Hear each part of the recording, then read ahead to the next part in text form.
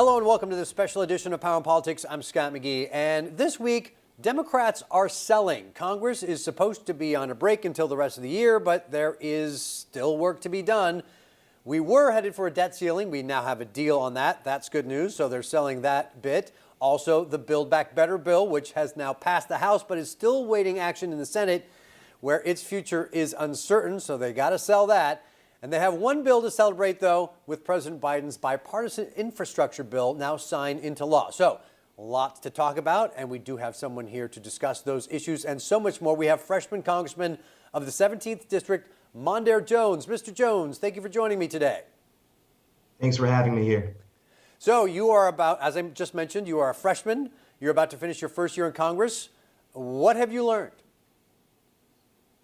I have learned that when people come together as elected officials, they can actually improve the lives of the American people in transformative ways. I think of all the incredible legislation that we passed this year already as Democrats, from the American Rescue Plan, which has helped us to make strides towards crushing the virus and surviving this pandemic, to the bipartisan infrastructure law, which is the single largest investment in our nation's infrastructure in American history, and more recently in the form of passing the Build Back Better Act, which is going to cut costs for the American people and create millions of great jobs. This is the stuff that when people put their minds to it, will allow the American people to see gains in their lives. So you've learned that, which is great, but you've also already learned some of the limits of what you can do. For instance, the Build Back Better bill is passed, it's ready to go, but it is held up, to say the least, in the Senate. You are learning the limits of your power. What is that like when you have ideas, things that you think you know will do good for people, but other people just simply disagree with that, and it's not quite yet done, either that issue or some other issues? The Voting Rights Act seems to be dead in the water. How do you sort of marry those two things of some of the progress and some of the successes you've had with some of the things that, let's just say, are still on your plate? Well, Scott, what some people view as an obstacle, I view as an opportunity. The discussion around voting rights and other democracy reforms to save our democracy, which faces its greatest test today since Jim Crow, is not over. We've made so many strides already. I'm proud to have played a leading role in authoring provisions of both the John Lewis Voting Rights Act and the Freedom to Vote Act, which even Joe Manchin recently signed on to as a co-sponsor. You may recall I was the first member of Congress to call on the president to take a position in support of reforming the filibuster. He has recently intimated that he is there, both in his CNN town hall and in the public reporting, about how he's willing to try to prevail upon Senators Manchin and Sinema to do the right thing as it concerns voting rights. So I have not lost faith. I am as optimistic as I have ever been, and I feel confident that we will win this fight, that we will save American democracy. But I am also cognizant that we are running out of time, which is why there's so much energy around this in the next couple of weeks and months. Now, with that in mind, you are an unapologetic progressive. Have you met any Republicans that you have created at least a friendly relationship that you could work with on legislation as you start finishing out this first year in office? You know, I think people see me as pragmatic more than anything. That's the kind of approach that I've taken to a number of issues, whether it's my support of restoring the SALT deduction or other things. I'm proud to call Andrew Garbarino of Long Island a friend. And I've got relationships with other Republicans, including the ranking member of the House Subcommittee on Antitrust, Ken Buck of Colorado, who shares my values when it comes to making sure that we are taking a look at the biggest tech companies and reining them in with respect to some of the excesses and some of the abusive behavior that we've seen these corporations engage in over the past decade or so. Now I'm talking about Facebook and Amazon and other companies like that. Now, Let's talk about one of the things that has gotten done, the bipartisan infrastructure bill. It's now law. Those benefits are starting to sort of work their way through the system. What would you say to your constituents? What should they be on the lookout for their lives being improved as that starts to get ramped up? Well, as I mentioned, Scott, this is the single largest investment in America's infrastructure in our nation's history. We are talking about $1.2 trillion. One of the things I'm most excited about, in addition to all of the money that's going to go towards repairing our crumbling infrastructure like roads and bridges and highways, are the investments in public transportation. I'm thinking about the tens of billions of dollars that are going to go towards a project called Gateway, which, among other things, is going to build a new tunnel under the Hudson River connecting New Jersey to New York. One of the several implications of that is that it's going to get us one major step closer to getting a one-seat train ride in Rockland County to and from Manhattan. This is something that I've experienced firsthand, having to transfer at Secaucus when I used to live in Suffern, for example, but I commuted to the city for work a few years ago. And of course, I know what it's like to have to wait on buses that you just miss, that just don't show up in some parts of Rockland County, unfortunately. This is going to be a major benefit to the local economy. It's going to make Rockland a more desirable place for young families to move to. It's going to be environmentally so much more friendly. We know that the transportation sector is the single biggest contributor to carbon emissions, and public transportation, including rail, is so much more environmentally friendly than a bunch of folks driving their cars to and from the city, or even taking a bus. So on Wednesday, the Senate narrowly approved a bill that would end the president's vaccine mandate for businesses. A couple of Democrats voting with all the Republicans. It appears that's on the way to the House. Where do you stand on a bill like that? And I stand with the American people who understand that if we are ever going to overcome, meaning crush, the COVID-19 virus, folks need to get vaccinated. The science is clear. The scientific consensus is clear. Our own personal experiences as the vast majority of Americans who have been vaccinated and who have either avoided getting infected with the COVID-19 virus, or to the extent people still got the virus, have only had mild symptoms because of the vaccine, is also clear. We've got to make sure that folks who are eligible to receive the vaccine are getting that, because it's protecting not only themselves, but their family members and their community members. We owe it to each other as good members of a community to protect ourselves and to protect each other. And by the way, we've heard so many stories from people who were vaccine skeptics, whose, whether it's from their surviving family members in the event of those people who have died from the infection because they weren't vaccinated, or from folks who, maybe wish they had gotten vaccinated sooner, that this is something they regret not doing earlier. So, you've listed a long list of accomplishments, not only for yourself, but for the Democrats, for the president this year. And yet the president's numbers and the Democratic Party's approval numbers have been falling pretty precipitously over the last couple of months. Where's the disconnect to you?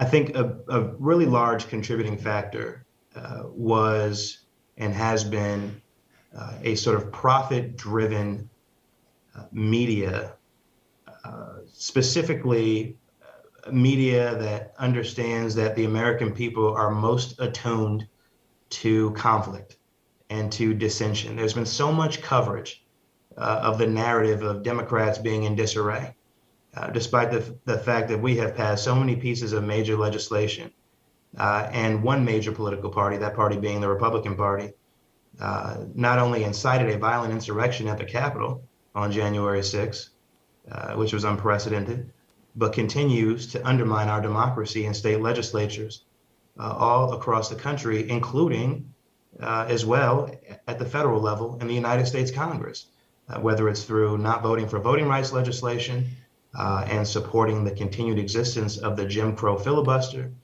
to trying not to certify the presidential election, just hours after nearly dying alongside me earlier that day on January 6th. I mean, there was a lot at stake. There's a big difference between the parties, but that doesn't always come across in the media, unfortunately, which I think is a failure of the media. But also, it is true that Democrats have to message better the accomplishments that we have had. And I'm looking forward to continuing to be helpful in that effort moving into the new year.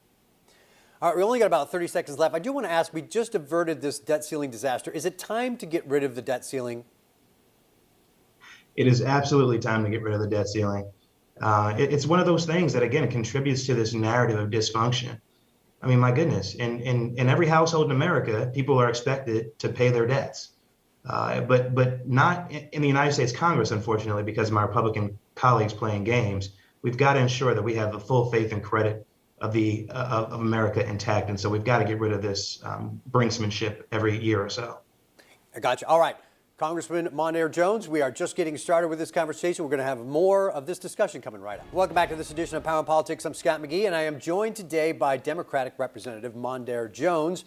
Now, Congressman, you just brought up a moment ago, and frankly, I think it's a fair criticism that the media does often focus on the conflict more than the substance of what's going on. And that is one reason why the president's numbers, maybe the Democratic Party's numbers are down a bit. But let's also get past that and also talk about the fact that inflation is up, that there are a number of problems with getting products to market. People are seeing their gas bills go up. So there are some things that people have to be concerned about. What should you and the rest of Congress be doing to try to alleviate some of those things, to try to show folks that their lives are improving?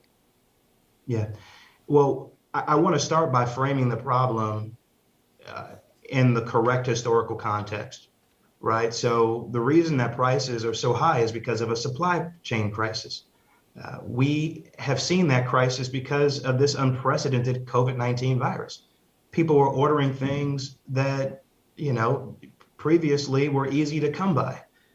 And as demand increases and supply is either stagnant or even reduced, we are going to see that inflation. We are fixing that, have been working to fix that in earnest through passing the American Rescue Plan, for example, which has helped to increase supplies by getting people back to work and also avoiding the closure of small businesses. It's also the case that we have been working really hard to make sure that gas prices go back down. And we've seen in recent days the lowering of gas prices nationwide, of course, the transition to clean, renewable sources of energy, which is going to save the planet from climate catastrophe.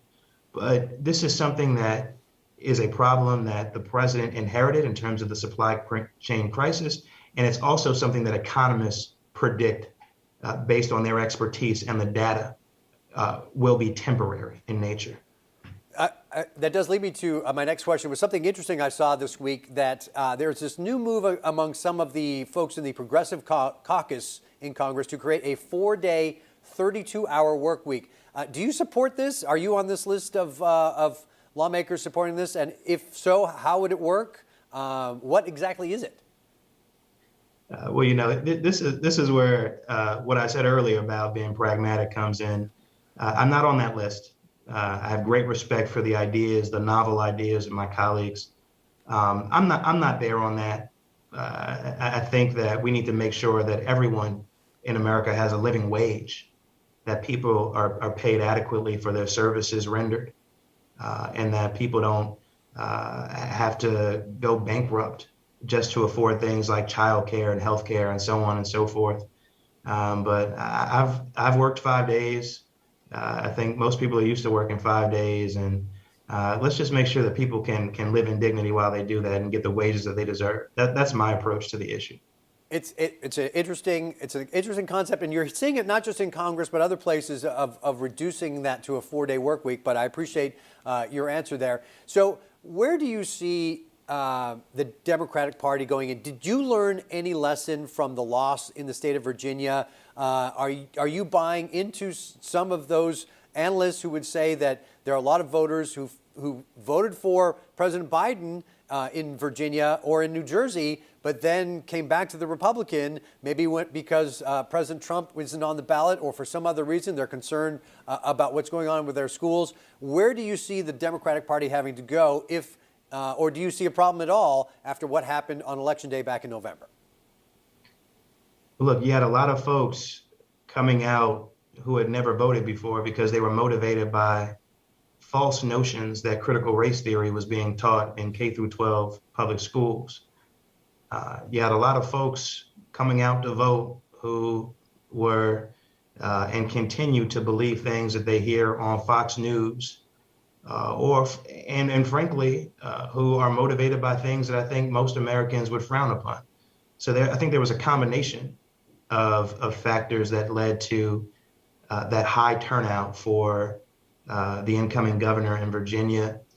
I think you saw folks come out to vote for the Democratic candidate at levels that they historically had done before.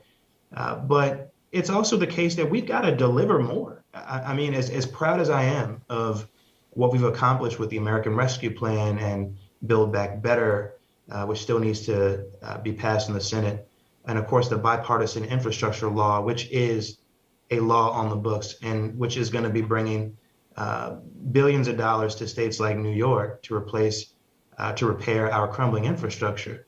There are a lot of other things that we ran on last year. I mean, we saw the biggest sort of civil rights or protest movement since the one in the 1960s in the wake of the murder of George Floyd. And we still haven't, over in the United States Senate, because of the Jim Crow filibuster, passed the George Floyd Justice and Policing Act, which contains common sense reforms that the American people support. We haven't passed the Equality Act, which would finally enshrine protections for the LGBTQ plus community in federal anti-discrimination law. A lot of folks don't know that it's still legal under federal law today to be discriminated against in the housing context because you're a member of the LGBTQ plus community and in so many other contexts. And of course, with the Supreme Court preparing to take away the fundamental right of reproductive freedom in just a few months, we need to codify Roe v. Wade as a federal law over in the United States Senate.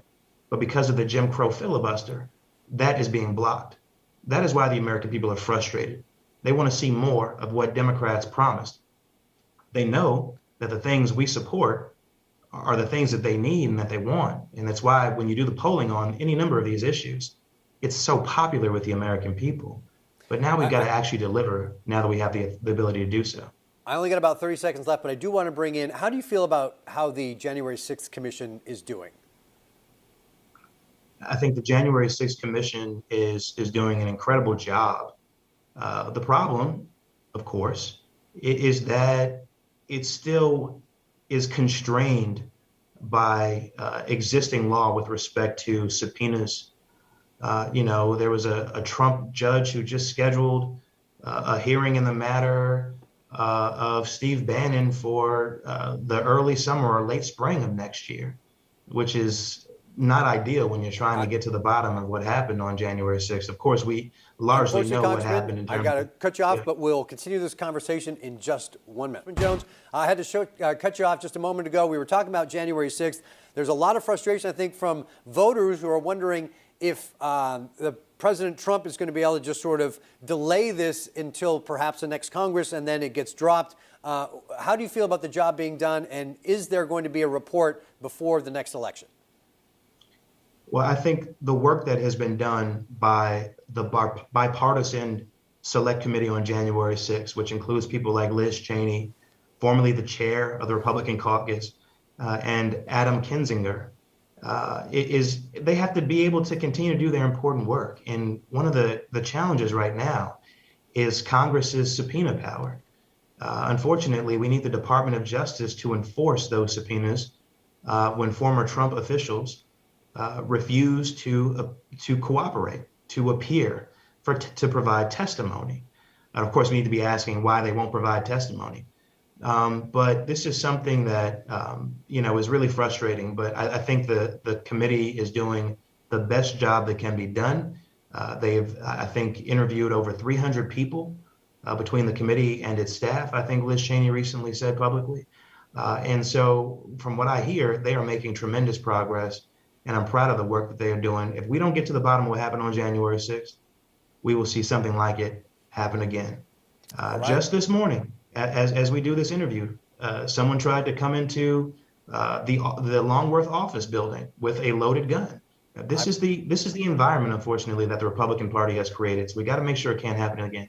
I appreciate your answer there. Thank you very much, Congressman Mondaire Jones, for joining me, and thank you for joining us on this edition of Power Politics.